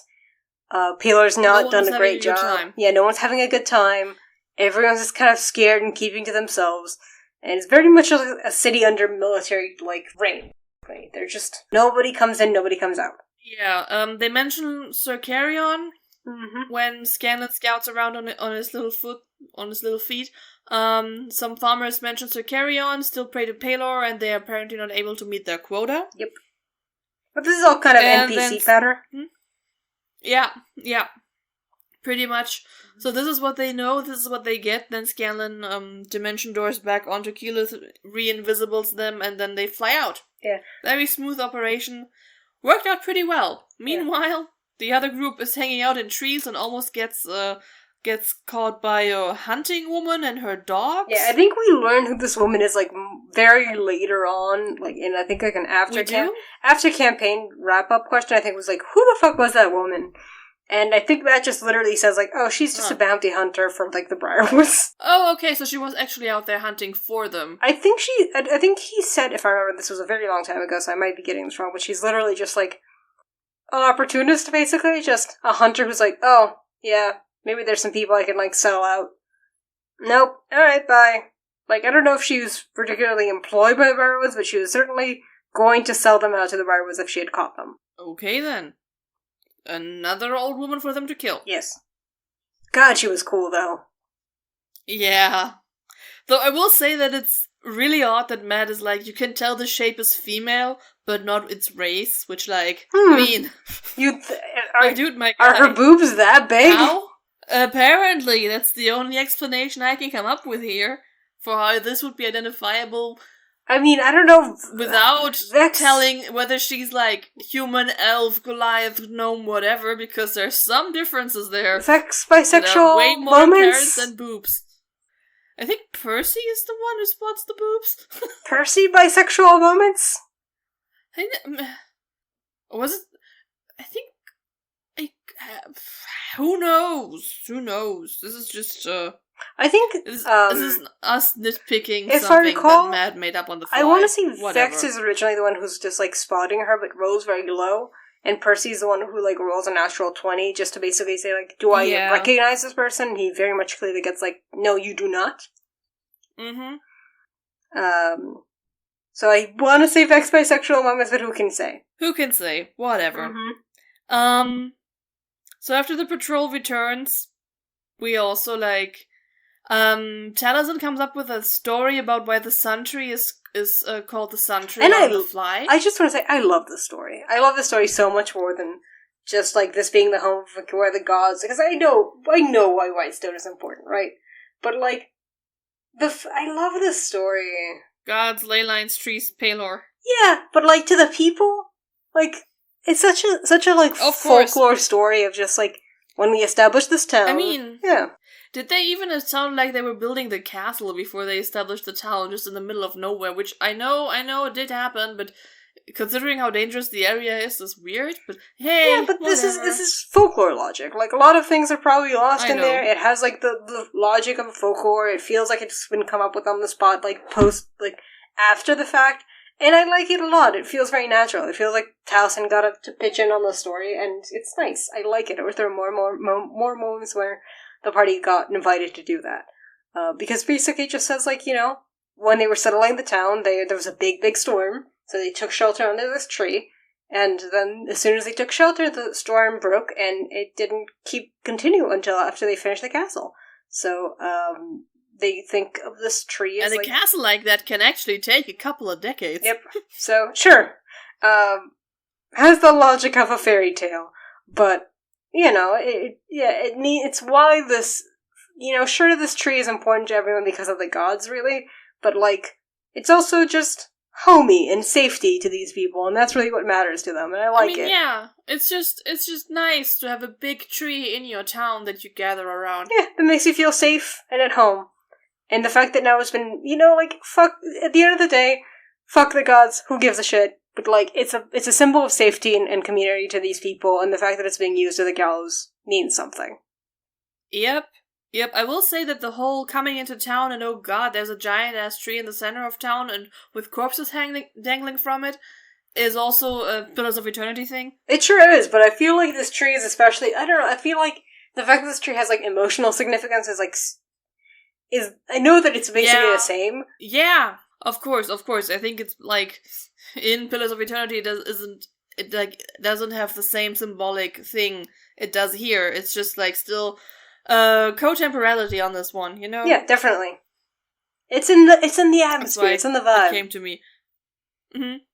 It sure is. I mean, Matt also is the one who recorded the lines for the character standing in front of the tree and being like, it sure is a fucked up thing we're doing here. Yep. Messed up. It's also worth noting that... So I'm gonna say... Some liberal inspiration, maybe. Definitely.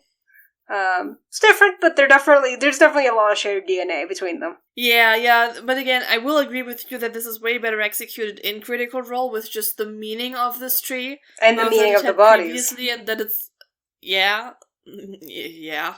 And both with the meaning the tree previously had for this town and the meaning it's going to have. Yeah. And what's just going to happen. This is such a neat little concept all around. Yeah, and it's honestly, like, part of why I think I'm just so much more fond of Whitestone than Amon, just because, like, Whitestone just is, like, it's so visual to me. Like, I can imagine Whitestone, you know? And Amon has these, like, visual things, like, I can think of, like, over this tower and things like that, and Gilmore's shop, but, like, you know... Yeah, but we never really meet Amon at a time when it doesn't suck to be there. Yeah, we don't get to see Amon flourish, really. We don't see Amon at a bad place and then see it become a good place.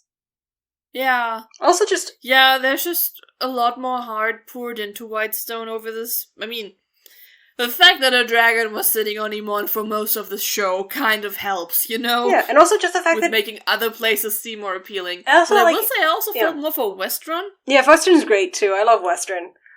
I think that I like Whitestone a little bit more also just because we have, like, such a visual map of it, and, like, we can see how the map is developed over the campaigns. But yeah, they show the map here. It's really, really pretty. Yeah. And also it just makes you like, Matt already left room to turn this map into like an anatomically correct heart. Yeah!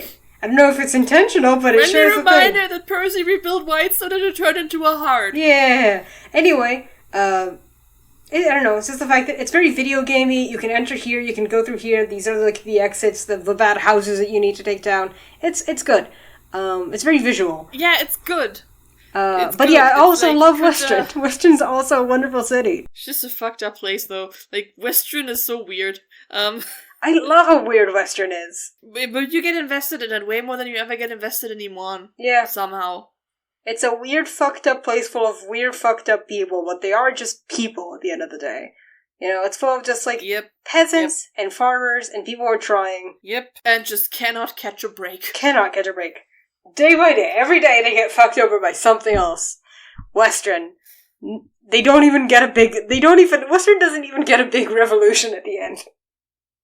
So sorry guys, I know you've all been fucked up. Do you want to leave? Do you want to stay? Good luck with that. Bye. You do you, we're just bye. Yeah, Westron is still in an economic slump. It's like Detroit. I mean, Westron is so much closer to Whitestone. Just the brain bleed that's affecting Emon is going to cause its downfall in a couple of years is just full going on in Westron. Mm-hmm. Everything worthwhile has been probably already relocated to Whitestone at this point in Campaign 3 or something. Yeah, definitely. Anyway. Yeah, so they are feeling out some plans, and I will say I was surprised by how badly this planning session goes. Considering I mostly remember how smoothly it was executed later on. This is such a mess. Like, I think Taliesin just comes up with a plan overnight for the characters, basically. Mm-hmm.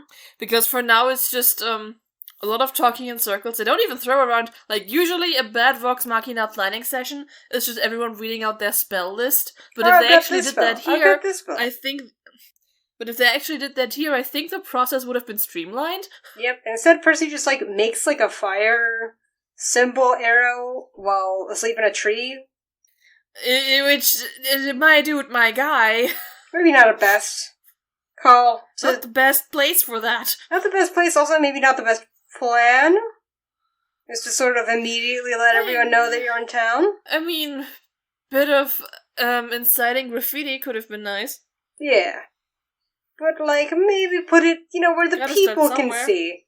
Not where the Briarwoods can see.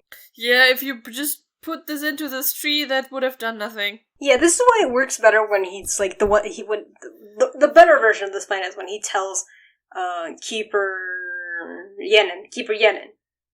A man in this. Who is still a dude. How are we gonna refer to Keeper Yenin? It depends on what continuity we talk about. It's a guy here, it's a girl in the other version. Yes. Because in here, it's Matt Mercer playing a dude, and not Gina Torres getting to have a role. Yes. Keeper Yenin... This is why Keeper Yenin is the better version of this plan, because the Briarwoods aren't talking to Keeper Yenin. Honestly, both Keeper Yenins might exist at the same time, because one is a cleric for Pelor and the other for Erathis, so, they might just be exes, they might be siblings, they might be something. I'm pretty sure in Campaign 1 he actually changes allegiance. No, he's just the only one they know. They don't actually know a Paleo priest in town to ask, so he just has to stand in as priest. Okay, but if we reach later on, make a note, everyone. If they reach later on, and he changes from being an Arathis priest to being a Paleo priest, I called it. You're making me want to check my official campaign setting. You're welcome to. I just think I'm right. I think this happened in the campaign. I think he changed from being a priest of Arathis to a priest of Palor. But anyway, right now... I think Matt forgot about it, but hey. I think the major important thing is that version of the plan works because the Briarwoods aren't interested in talking to, someone who's not, like, a non-magical priest who's just holding a congregation. So that information does travel very well among the people, but not in a way that the Briarwoods are really keeping a tabs on. As opposed to, a fire arrow in the middle of town. Happening? Yes? I can't believe this is happening. What's happening? I don't have Adobe on my laptop yet. I can't open PDFs. Oh no!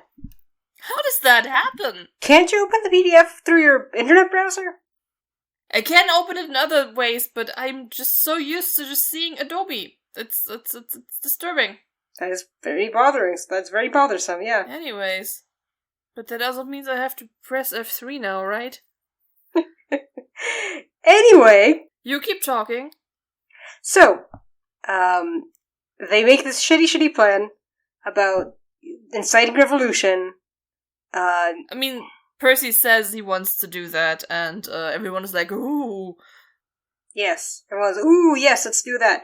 And they decide to go into town by casting a seeming on themselves to turn themselves into the draggled peasants who are looking for jobs, including turning Trinket into, they go back and forth about this, turning Trinket into a donkey, and then sort of just rolling into town like, yep, new people looking for work. And despite the fact that this is so, no, what? This makes no sense. Yeah.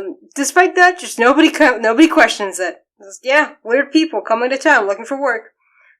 People are like, this is weird and you should leave while you have the chance, but like, okay, checks out. Okay, my campaign guide, the first one, doesn't mention the name Yenan.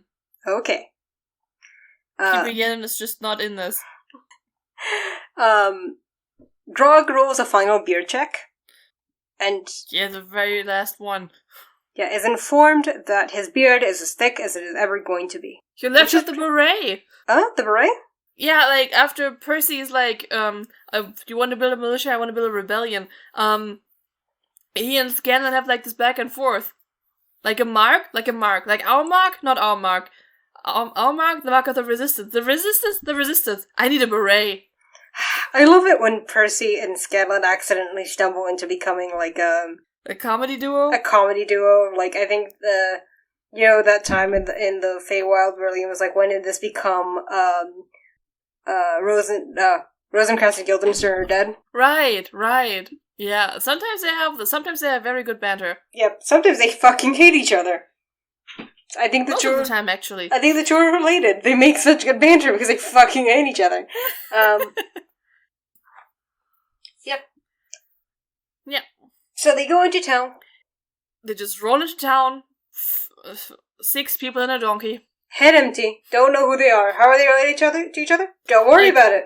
At the very least, just come up with like a family story. Like, farm burned down. That's a start. Okay, who are you? Are you related, or are you just like a commune? They're just a polycule. Don't ask. The donkey's not a member of the polycule. Sorry. But they just roll into town looking for work. And, sure. And looking for a house. That's the one thing they're doing, is that they're looking for real estate here. Mm-hmm. It needs a basement, it needs a view of the Sundry, 3 beds, and 3 bathrooms. Yes, that's all we need, thank you. Yeah, sure. So they come in. Yeah, I mean, one civilian even talks to them and is like, oh, you shouldn't be here. Yeah. And now you're never going to leave. Yep. Welcome to the Hotel California. So, doing this allows them to get closer to the Sundry. Yeah, they don't want to, but they kind of need to, because the plan still involves, doing magical shit to the Sundry, so, Yeah, their plan is essentially to heal the Sundry? I don't fully understand. Summon a god. Hello, Paylor, it's us. You don't know us yet, but how about you let the sun shine in? Hey, I know you haven't protected the city up until this point. Can we call Pike to call Sarenrae to call Paylor? Yeah, can we phone tree? Can we phone tree the sun tree? Some sort of half-assed idea. Yeah. But as they approach, they notice that the bodies aren't... just random bodies. Just bodies. Yeah, there's one that's kind of half-covered in red paint and splattered on. There's a child that has red paint through the hair. There's a child that's dressed in sort of a fine silk shirt, a fine purple silk shirt. There's one with long, dark brown hair and leathers. There's two of them with long, dark hair and leathers. Oh, that's true. One is a young man, one is a young woman. Hi, Laudna. Hi, Laudna. There's kind of a portly 40-year-old man who's shaved bald with a beard. They could have just taken one of the giants. Jesus. So, commit to the bit. Yeah, they could have, but it seems like I think they also scarred his face to look like Grog's face markings. Yeah, they did. And, They just picked the biggest dude in town, didn't they?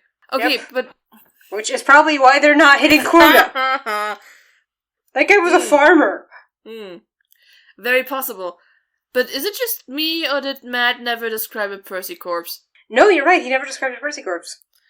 Do you think there's a Percy corpse on the tree? I don't think so. I think that was intentional. Yeah. Very possible. Very possible. That felt intentional, Dewey. It was just, hey, you remember when your last family was on this tree? Oof. Yeah, I genuinely think Matt pointedly does not describe a Percy corpse. Mm-hmm. And that is, it looks like it's scripted. I think he probably thought about this. Of course it is scripted. And, I think he got, I wasn't sure whether he got interrupted before he got to the Percy corpse. I was thinking maybe that's like a tactical reason to not remind the people of Whitestone of Percy's existence necessarily. Well, that's a good point. I was thinking it's an emotional blow, but it could be both. And also it could be just not to remind them. Mm-hmm. Are you coming to the tree, Percy? Are you coming to We the live tree? in a world where we have that version of the song, even though it's ruined by the lyric change in the end. But I will have you know that the horrible, very bad, no good audiobook that was the first one available has us go are you coming to the tree? And it's what? That's not the vibe. I mean, Creepy Children's song is... Are you coming to the tree? Are you coming to the tree? I don't even know how you would go on with the meter after that, but I have this old woman who sounds like she's dying in my head singing this. It's Creepy Children's song could have been the vibe, but this is not for this one. And it's just the entire audiobook with all the songs and everything is bad. Yeah. Anyways, but we are not there. We are with all of them coming to the tree. Or leaving. Basically going there and immediately leaving, though I will say that new people in town... A note that I really like... Yeah? Sorry, a note that I really like about how this happens is that Percy identifies very quickly what's going on and turns away. So it's no, I don't want to look at this. You could just very clearly see that Taliesin has figured it out very quickly. We do not deal with this one. Nope. It reminds me very much of when they later on will find Tiberius's body. Tiberius's actual body. Yeah. It's just, Percy has a sense of just, he knows, he's very quick on the draw when it comes to identifying corpses. Yeah, I wonder why. Yep. This is just one of those moments where I really like the thing that I love about Percy's trauma in the series, and as opposed to Percy's trauma in the animated show and other adaptations, I think, is that... Go on, I'm hissing at the the thing that I really show. like... Yeah. The thing that I really like about it is that it's sort of, you can sort of see the shape of it, not necessarily by what he does, but what he doesn't do. you don't need it told. You can sort of imagine it, and it's creepier and it's scarier because you're not told. Because you're able to sort of pick up on these moments. You're like, oh, because Percy's really good at identifying bodies. What you pick up from what he gives you is already so bad, it makes you, like, really wonder what he isn't opening up about. Yeah, exactly. Like, when Floyd does not talk about whatever it is that Ripley did. Yeah. It's just like, oof. God, but you did talk about your family getting slaughtered. Like, it must have been really fucking bad that you're not even willing to think about it. Or like how Percy never says, like, he's kind of afraid of drowning, but you can sometimes kind of pick up a little bit of it. Yeah. Anyway, it's good. I really love this part. I think it's a really artful character choice by Taliesin. Yes. And I just want to recognize that it's very good. We're gonna get more of this, but this is an episode where he really gets to, like, shine and start really, really doing hard and strong character choices with Percy, and I really am happy with it. I have a couple more points. Yeah, go ahead. One of them is that to make their cover as new peasants in town more believable, actually they should just stare at the tree for a while. Yeah. Just ignoring the giant murder tree in the middle of town actually makes them look more suspicious. Yep. If you're newcomers, you really should be like, hey, what the fuck is this? Hey, should we be scared? Yeah, there's a moment where they walk through town and avoid a giant, and then, like, Sam jokingly asks, hey, Grog, do you speak giant? And Travis is just completely engrossed in mass descriptions, and just like, yeah, just completely no-selling that, and also just, like, factual, because he does speak giant. Can't read it or write it, but he speaks it. No, this is not the moment. He's just, I also, like, appreciate that when at first Sam as Scanlan asks if the body of his guy is handsome, and then being reminded as a child is just, like, completely not funny anymore. Oh god. Yeah, and when people are very much right when they say that this, like, even with the feast, even with everything, like, this is the moment in which the campaign genre shifts from being an adventure story to being gothic horror. Unless, of course, you now go on to spend the next, the rest of the episode breaking Orlando out of prison. Then we're just in action adventure. But no, we're not. We actually are on the ground. We are, like, I feel like we also, the way this was set up with all the people suffering and the land being scarred and everything, this was a better setup. You just get a better sense of that the people are just living here among their holy symbol that now is used as a gallows, you know? Yeah. Yeah, this whole thing just feels very mundane in its in horrificness. So everyone is just going about their work. And this is going to continue. Like, these episodes are actually really slow, because they're just going to live here for a bit among these people. Which is, like, why it's so good, and, like, why it's so satisfying when they liberate it, because they spent so much time embedded in it. Yes. And my last point, which is petty. Yes. There is only one child on the tree, my guys. My people. My lovely bitches and fellow witches or whatever. There is no one child, one gnome. There is no Percy corpse that Lautner could have been. Nope. There's no Percy corpse, there's no Pike corpse. Those are not here. Your options are, it's either... The animated show did have a Percy corpse, though, right? I think so, yes. But I could be misremembering. I mean, I feel like we would have noticed if it hadn't, and I only noticed that there was no Percy corpse mentioned here for the first time. Yeah, it's weirdly slips by you, but no, he does not describe it. So yeah, no, there's one... The options are Laudna's either Keyleth, or she's Vex, and if you'll notice, she does not have red hair. Huh. I mean, granted, the paint could have gotten off. The paint could have gotten off, but I feel like painting this on dark hair would have been less effective anyways. Yeah, they need a blonde. they need a blonde. Found a screenshot from Clevum. There is a Percy corpse. They also just got a redhead. In the animated show? They got a redhead, and the Grog one looks bad, and there's no bear. There's a Pike, but no bear. Yeah, no. Also, this looks like a parody. Yeah. This is one of those details where I'm very pedantic about, but no Pike, if you're gonna draw the sun tree scene, draw it right. There's one gnome, there's a bear, and you don't have to include Tiberius, I'm fine with you skipping it. He doesn't exist. There's no Percy. I just noticed that there's no Percy as well, but I was always very pedantic about one gnome, one bear. That's it. There's no bear here, and they got the clothes. I think these look too much really like the actual people, and the clothes are too exact on point. You don't really get the sense that this is just a fake job. This could just be like intimidation dummies if you didn't have the feast scene first. I almost think that, like, the fact that the bodies are kind of halfway done. Now, this is me attributing. I think that the fact that they're halfway done is like just a move from that to basically say, these are not people who are accidentally chosen, these are people who are purposefully chosen and made to look like you. Oh. I mean, don't they even go...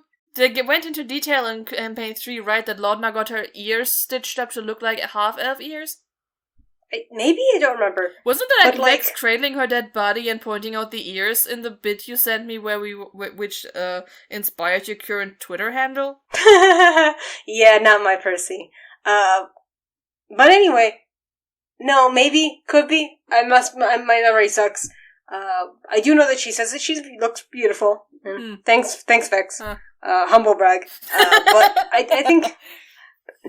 I think the point here is that they're parodies, you know? They're not meant to look identical. They're meant to be... No, they are meant to... a funny joke. This isn't a mistake. This is a message. This is the Briarwoods having a laugh. This is them, you know, this is a joke between the two of them. It's meant to be painful and parody and look at what we've done with peasants and look at what we'll do to you, and it's painful, but it's painful in that it's not accurate. Yeah, they've also been up there for like a week or so.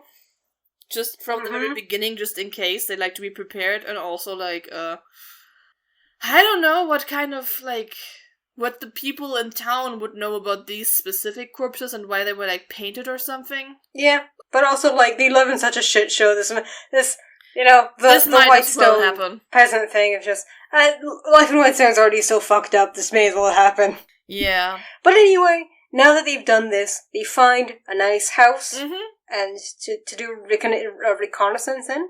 It has 3 bedrooms, 3 baths. It actually just has like an upstairs, a ground floor, and a basement, and then this gets a whole lot more basement. Yeah, the important thing is the basement, and in which there's some wine, and an opportunity for Keyleth to sort of tunnel and talk to the plants. Yeah. And I think this is also going to be like, this is going to be Whitestone Central Dragon Bunkers, right? Yes, it is. Yeah, and I think the thing is that they wouldn't even know necessarily that this is like where like, you know, this is to them just like, oh, there's this house with a weird little bunker in it. You just won't like it into like a thing. That. They wouldn't necessarily, yeah. Do you think this nowadays is like a tourist attraction? And here, look at the bunker where the townsfolk hid from the evil Voragal and also Vox Machina revived the Sun Tree. If they know about that, like, they might just think of it as the dragon bunker. Nobody necessarily knew that they were down there. I mean, if it's a tourism thing, I think Vex has a hand with it. Probably. This is where somebody peed on a vampire. I don't remember quite who. I think it was maybe Scanlan? Of course it was Scanlan. Okay, it could have been Vex, but I know it's Scanlan. I was about to ask you who else could have done this, but yeah, I know. But it was definitely Scanlan. Yes. And that's pretty much where we end the episode. Yeah, they make a hero's feast after negotiating that they can have 3 in total. Everyone, settles into the basement to watch Keyleth, try to revive a non-talking tree for 8 hours. Yeah, and we stop before we know the consequences of the spell. Yep. They just whoosh, and we're done. Yeah.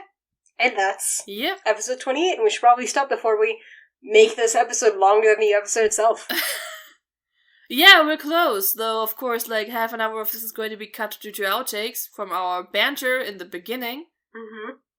But which you can listen on our Patreon if you pay us for like $1 a month.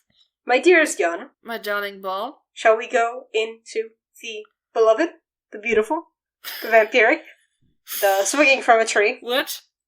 Purvan Scale! Purvan is doing a lot of things, but not that. We don't know what he was doing when he was alive. Maybe he was swinging from a tree. We don't know that. Maybe he was into autoerotic asphyxiation. You know, that would be something the Raven Queen would look for in a guy, right? Yeah, just sort of playing with the cusp of death in kind of a sexy way. Yeah, she would. You would. Yeah. God, that cougar. Okay, you've sold me. You've sold me. What does the P in Purvan stand for? Pizzazz. I kind of want to give this some pizzazz, right?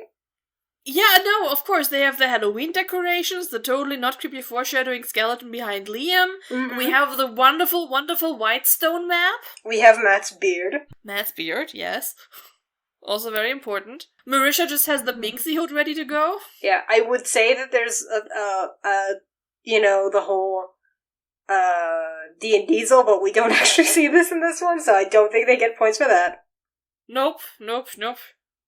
So, not a ton of points, but definitely some points. This is a very cool set. 3.5, I would say. 3.5. I was actually leaning towards like a 2.5, but I'm willing to go for 3. Let's go for 3 then. Alright, so now the U is for uncomfortableness. Yes, uncomfortableness. Honestly, I can't think of... Well, I mean, there's some uncomfortableness. Kyoth waves some sage around. Yeah, but other than that, I don't know. I didn't really, I don't think I went, at any point. No, this is a kind of pretty comfortable episode as far as all things go. Pretty comfortable episode. Ignore the corpses dangling off the tree. So, a negative 0.5? Yep, that's what I was thinking too. Yeah, negative 0.5. Neat. The R in Purvan stands for role-playing realness. And oh boy, is there some really good role-playing in this. Yeah, and things sure are starting to get real. Yeah, things are starting to get real. I won't say it's a high point. I think there's... I think that... This is a very logistic episode. It's a very logistic episode. The character moments were small and subtle, but, Percy is getting there. He is arriving. Yeah, and I also want to give some points to Matt for, doing some really good role-playing in this episode, too, with, scene setting, and just tone, vibe, really good DMing. Really good DMing, so I think that also counts as role-playing realness. Yeah. So I'm leaning towards let's just put it there. Like a 2? Like a 3? 2.5? 2.5. Alright. No, a 2.5, not a 1.5. Yeah. I can type numbers. Alright, and the V is for vexiness. There's some cute vex scenes in this. Not a lot, but there's a few. Yeah, a couple. And her, being all over Trinket, and hiding behind Percy, and... getting a fun bow. Yeah. Having a date with a bow. There's weirdly a kind of cute scene, which, why are you leaving me? That was a little cute. Yeah, that's also still women hiding behind Percy. Mm-hmm. I mean, also, the twinsy wall climbing failure. Yeah, that was cute. It's a 1? Yeah, 1 seems fair. Yeah, that sounds nice. It's not a ton, but the stuff that's there is good. Not really her episode, but cute moments. Yeah. Sometimes that's all you need. Mm-hmm. The A in Purvan stands for action. I will say... Which we only had the Bahir fight, which was, fun, fine. But it was fun for reasons not related to the action, really. It's fine. I'm almost tempted to give this one a 0. Yeah. Kind of not applicable. Yeah, the most interesting stuff about this fight wasn't the fight, but the mood around the fight, and how much fun everyone was having, not with the fight necessarily, but just with each other, so... Yeah, no harm, no foul. Yep, 0. So the 0 is that. Okay. And finally, the N is for 9 cents, which, episodes with, reconnaissance have a tendency to fall into, but no, this was...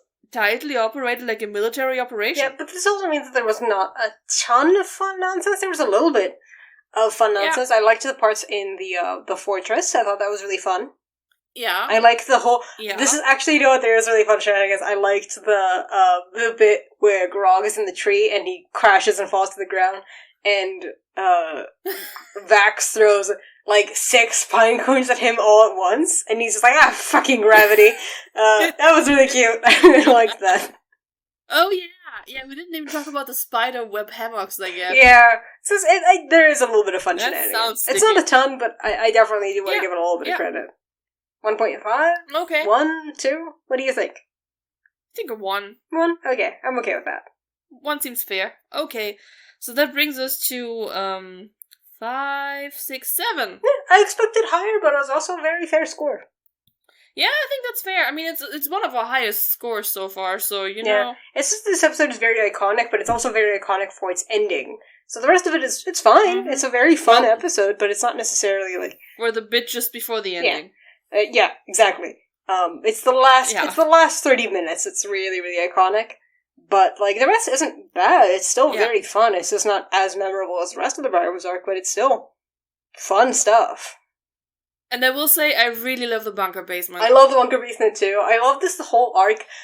This is something that's going to happen in the future, but I'm so excited that we get to meet, like, who's the magic store owner's daughter? I love her. She's such a fun... Oh, God. Just the random woman Percy hugs? Yeah! It's this campaign, like, the thing that I love about this part of the Briarwoods campaign is it's so full of, like, I don't know, human kindness. Like, weird people who just have nothing to do with this party but are still, like, nice to them and are, like, trying to... Like, it's you know, it's the niceness in the darkness, and these are not necessarily people who are, like, important to the whole revolution. They're just people, and, like, which is, like, they're meaningful. The best part about that... Mm-hmm.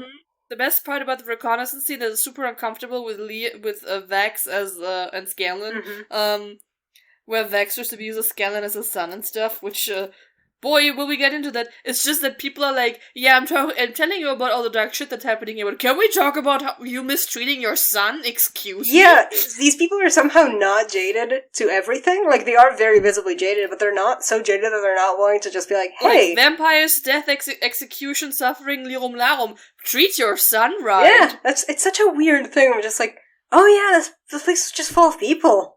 These are not necessarily, like... Just because everything around us sucks doesn't give you the right to suck personally. Yeah, or, like, the fact that later on, like, Aren't those just awkward? Yeah, one of the 6 undead giants, at least one, is just brought down by just regular townsfolk, which I really love. It's just like, yeah, this whole revolution only really works because, like, the people of Whitestone are involved, and it's great. I really like it. Yeah. I think that's something that is not really captured in the show, even though that it has so many unnecessary side characters. It's that, like... The show has one unnecessary side character who sucks the life out of the entire arc. Yeah. But, yeah, the people of Whitestone are people. They're not... Mm-hmm. They don't really feel like NPCs. They are the kind of people you really do want to set your home base up with. Yeah, they're nice. They're good people. It's a good, just... Cops, this house, you know that poem that's like, this house has good bones. It's got good bones. Sure does. Yeah. Alright. I love this town. Yeah. What's our lesson? Yeah. Thank you to, Lulafia for our art, our beautiful, beautiful art. Thank you to Current Sun for our music. Thank you to our Patreon supporters. Thanks to you all. If you want access to our to our pre-game and out of episode tidbits, where this time we talk about cats, traveling plants, slurs regarding cats, and also not regarding cats, just overall stuff. We banter it up in this bitch. Find that on our Patreon. We have notes with screenshots and stuff and in-jokes that we don't get to. And quotes. And that are also accessible there. Yeah. Yeah. And thank you to you, our listeners, for watching. For listening. Yep. For still listening to this extremely irregular podcast that just happens whenever. Yeah, sorry about that. We're gonna try. But right now we have full-time jobs now. Yeah. Full-time jobs and COVID and logistics and family and stuff. Yeah. But before we go, what's our opinion for this episode? I mean, first, it's not going to be our opinion for the episode because it's not that funny, but I feel like this whole, just because everything around us sucks doesn't give you the right to suck personally is like, really good. I like that. Yeah, it's a really good, we might just go with that one, to be honest. This is a good opinion. No, it's not a funny opinion. Okay. It's just a good opinion. He who lives in stone houses should not eat crows. That's a good one. Okay. Do you want to go with that one, or do you want to keep guessing? Yeah, you go, it's yours. Our opinion this episode is that he who lives in stone houses should not eat crows. Especially not raw. Alright. Love you. Thank you for listening. Love you all. Bye. Bye.